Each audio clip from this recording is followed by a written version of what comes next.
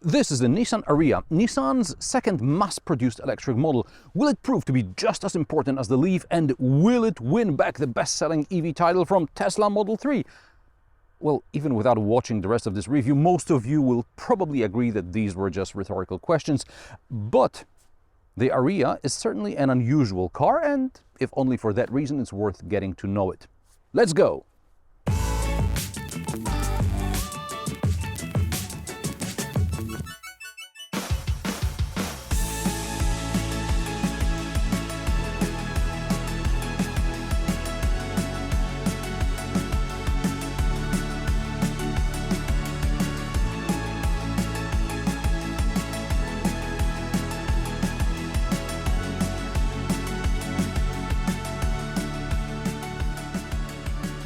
A word of explanation. I know that in addition to the Leaf, Nissan offered ENV 200 electric delivery van, also as a people carrier, but the Leaf was, until recently, the world's best-selling EV, and some of you probably never even heard of the ENV 200. Anyway, it is now being replaced by the rebadged electric version of the Renault Kangoo. When Nissan launched the Leaf in late 2010, there were no signs of an upcoming earthquake in the automotive world. After the Tesla Roadster got roasted on Top Gear, Nissan's electric hatchback was acceptable enough to win the European and World Car of the Year 2011 titles. I remember discussing the Car of the Year results with my colleagues during some press launch event at the time, and not everyone was even sure what the Nissan Leaf was or what kind of powertrain it had. Then came the Tesla Model S, which became the go-to car for tech bros who secured funding. They all wanked over the autopilot, which, like their startups, didn't always deliver. But when you move from your parents' 20-year-old Camry, which was your home and your means of transportation for several years, to an apartment with a skyline view, and you park what you think is the car of the future in the driveway, I understand and respect your admiration for tech, which was kinda already there. Automotive journalists are spoiled by testing the latest and greatest, and perhaps that's why Elon Musk doesn't want them to review Teslas. Anyway, back to Nissan. With no help from the media, the Leaf lost its wreath, get it, to Tesla Model 3. Meanwhile, Nissan was getting ready to launch the Ariya, which, well, there was COVID, etc., so the debut was delayed for a year, and, well, here we are. According to Nissan, the Ariya is an SUV. Nowadays, everything seems to be an SUV, just as for a while everything had to be a startup because that was the only way anyone expressed any interest in the venture. For electric cars, SUV-like body style is desirable as it's easier to hide the batteries in the floor without disturbing the exterior proportions. Smaller and lower cars either have batteries with less capacity, or engineers have to come up with some expensive method of packing the batteries tighter. That's why it's simpler to just design an SUV. And to keep the SUV cred, the Ariya is also available with E-Force all-wheel drive, and to get a better understanding of how it works, Nissan invited me to drive the Ariya on Circuit Andorra, the world's highest permanent racetrack, and here's what I learned. So today on the snow track, and there's a little ramp down the road that you'll see as well. I think the main benefits you should experience are the improved traction in the very slippery conditions that you'll experience today. As well as that, there's much better steering control. You shouldn't have as much understeer as you'd expect from a conventional all-wheel drive or two-wheel drive system. So those are the two main benefits you'll see. Then in braking as well, there's a lot more control because we can move the torque around and make sure you have as much braking traction as possible as well. At the time of shooting this review, only front-wheel drive Ariyas were available on the Polish press fleet, so I had to endure high altitude, 2,400 meters above the sea level. I'm selfless like that. You're welcome. First impressions of the Ariya are positive.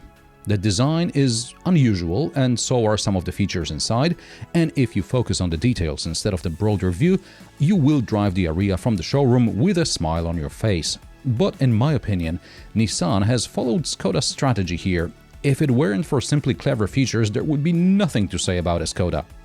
The Ariya is objectively an interesting car, and subjectively even a nice one. You get behind the wheel and see the luxurious floor mats, artificial, but at first glance they look like those made of Californian sheep wool used by Rolls-Royce. Minimalist details, touch-sensitive buttons blended into a wood-like material, an electrically operated storage compartment under the display, an electrically slided console. The future was a few years late to the party, but it finally arrived, and it has Ariya written on the hatch. Except it hasn't. The floor mats look great, but Rolls-Royce owners probably have people who will comb them 3 times a day for them. The Ariya owner will probably replace them with regular mats as soon as possible. By the way, and this is not just the Ariya, but all cars with rags or mats across the width of the cockpit, have you ever tried to remove them from the car without spilling the contents all over the floor? This is the work of the devil. Now, the electrically opening and closing storage here in the middle, what for?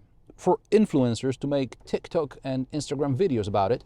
I mean, I don't see a scenario in which waiting 3 seconds for this thing to open and close is better than opening it manually, especially since the glove box opens thanks to gravity when unlocked. And it's quicker, and it's like in 99% of all other cars. Never mind the fact that I have to find the touch-sensitive button on the console, which is right next to the buttons for parking and recuperation. Or the sliding console. Let's say I can understand the use of an electric motor, because usually manual sliding means banging the rear passengers in the knee. But does the console need to slide at all? What does it achieve? A sense of spaciousness in the front, or does it make it easier to remove the floor mats for cleaning? From my point of view, these are unnecessary gadgets that distract buyers and perhaps the media as well from the fact that Nissan hasn't invested in the infotainment system that is half as modern as the looks of the car. For example, route planning. The car informs you charging will be necessary, but it's hard to determine where, when, and how long. Information about charging stations in the area or along the route is scarce. Route planning is the most important part of an EV beside the batteries, and Nissan blew it. More about charging when we hit the road. Now let's talk about the cockpit. I like the open-work ambient lighting. Like the buttons embedded in the quasi-wooden elements, I find it aesthetically pleasing. Similar buttons are in the BMW iX, although there are protruding slightly, making them easier to feel with your fingertips. I appreciate the large physical volume knob here in the center and that there are physical buttons over the left knee, as well as a physical toggle switch for the cockpit brightness. However, the camera button is touch sensitive. The climate control settings, once you get to them, are all touch based, either here or here, and if you don't go into this climate control menu, you might not even know that the windshield is heated, because there is no button, there is no icon, nothing. Android Auto is wired, but you can wrap the cable around a little post, perhaps to prevent it from slipping under the moving console. Therefore, the induction charger is only for iPhones. There are good cup holders and large door pockets. Like in the VW ID.4 or the Skoda Enyaq, also you get in like into an SUV, but you sit behind the wheel like in a hatchback. Fortunately, in the Ariya, I don't hit the steering wheel with my thighs when getting in, so that's good. The door side armrests are low though. I would have to lean to use them. Maybe someone calculated the height from the bottom of the door but forgot that the door covers the sills with thick batteries. It's not like mistakes don't happen. Remember the central fog light on the first Nissan Qashqai? Read Inside the Machine by David Tuhig. Even for Anna, the door side armrests are too low. Other than that, both Anna and I have no problem finding a comfortable position behind the wheel. In the top spec, the driver's and passenger seats are electrically operated with 8-way adjustment and memory function. The memory settings also include the mirrors and the steering wheel. The steering wheel does not obscure the dials for neither me, 175 centimeters tall, nor Anna, who's 160 centimeters tall.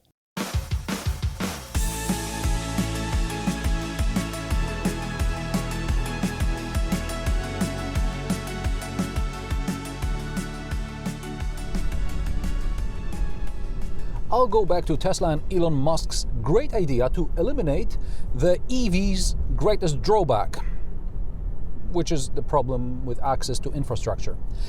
Tesla put up its supercharger network and keeps the software up to date. You won't use Apple CarPlay or Android Auto because then you'd lose some of the experience of using Tesla's fast chargers. Apple and Google can't plan routes for EVs yet, even Android Automotive barely copes. Now, in Western Europe, the network of ultra-fast chargers is growing quickly, and perhaps Nissan designers assumed that since fast chargers are just about everywhere, the driver doesn't need more information. However, in Poland, for example, I would like to know the power output, not to mention the charger status, and there is no such information in Nissan's route planning software, so I have to use external apps. Without route planning, the battery is not preconditioned for charging, so the Ariya will not charge as quickly as promised. Nissan states the Ariya can charge up to 130 kilowatts, but there is no official charging curve. The best information I found is on Bjorn Nyland's channel, link in the description. It appears that the Ariya should charge at maximum power up to about half the capacity of the batteries. For reasons related either to Polish charging infrastructure or lack of route planning, I wasn't able to verify the full charging speed. Performance. On a dual carriageway with the outside temperature around 10 degrees Celsius at 120 km per hour, I was averaging 24.5 kilowatt hours per 100 kilometers. At 2 degrees Celsius and headwind, consumption jumped to 28.5 kilowatt hours. On long journeys, the 87 kWh Ariya should do about 300-350 kilometers on a single charge, depending on weather conditions. It's better in the city. At temperatures close to 0 Celsius, I got about 20 kWh per 100 kilometers.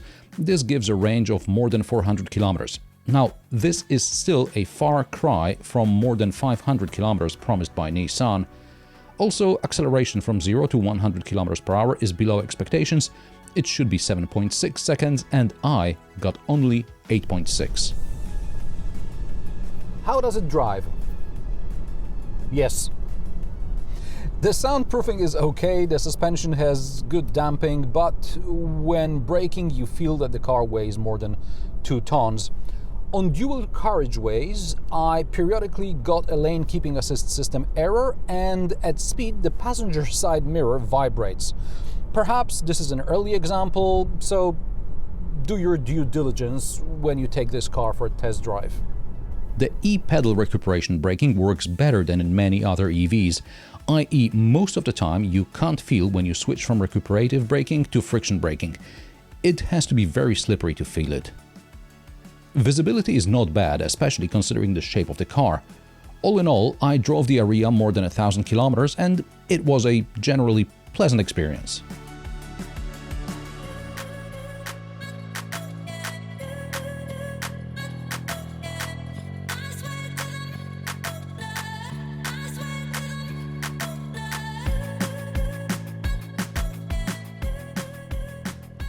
The rear seat, at first glance, also in the back, it's very luxurious, but after a moment you realize that the money was spent in the front. So the open work applications on the doors have no ambient lighting, for example. There is no third zone climate control, just air vents.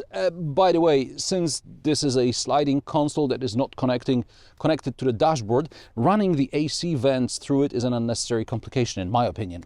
But there are heated seats, USB ports, the door pockets are big enough for my water bottle, and there are also some cup holders in the armrest, but there is no ski hatch. The 468-liter boot, 50 liters less with all-wheel drive, has a double floor and a parcel shelf fits underneath it. The double floor is a two-piece job, so you can make a partition out of it to keep your groceries from spilling all over the boot. It's a pity there is no additional form of securing the groceries like in the Volvo XC40.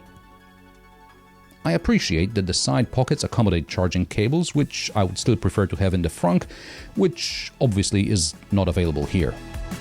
The tailgate is electrically operated. In addition to closing the hatch, you can also lock the car. Prices of the Nissan Ariya start at €47,490 for the 63 kWh front-wheel drive model. All-wheel drive costs over €66,000. This is the top trim front-wheel drive model with 20-inch rims and two-tone paint. It costs €65,990.